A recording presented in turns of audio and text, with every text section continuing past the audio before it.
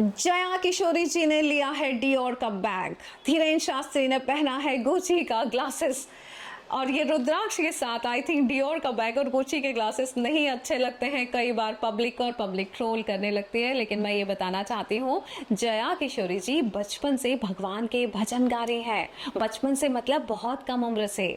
धीरेन्द्र शास्त्री जी राम कथा सुना रहे हैं और बहुत टाइम से सुना रहे हैं और बहुत टाइम से लोगों के बीच में बात कर रहे हैं और बचपन से वो संत हैं।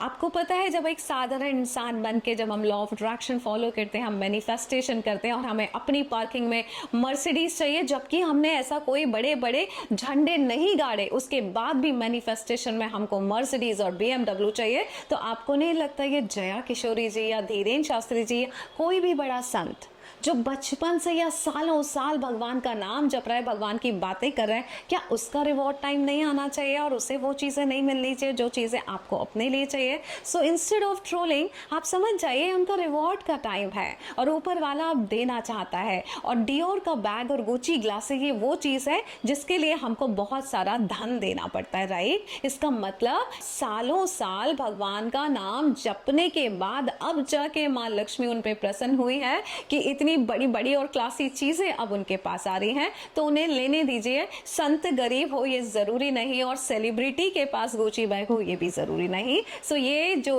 लक्ष्मी प्रसन्न होती है वो आपके कर्मों से प्रसन्न होती है और अगर उनके कर्म अच्छे और लक्ष्मी प्रसन्न है, उनके पास महंगी चीजें आ रही है तो आने दीजिए। आप भी कोशिश कीजिए, आप ऐसा कुछ करें कि आपके पास भी आ जाए बजाय ईर्ष्या करने की, क्योंकि आपको पता है जैसे ईर्ष्या शुरू होगी लक्ष्मी जी को जाने में टाइम नहीं लगेगा।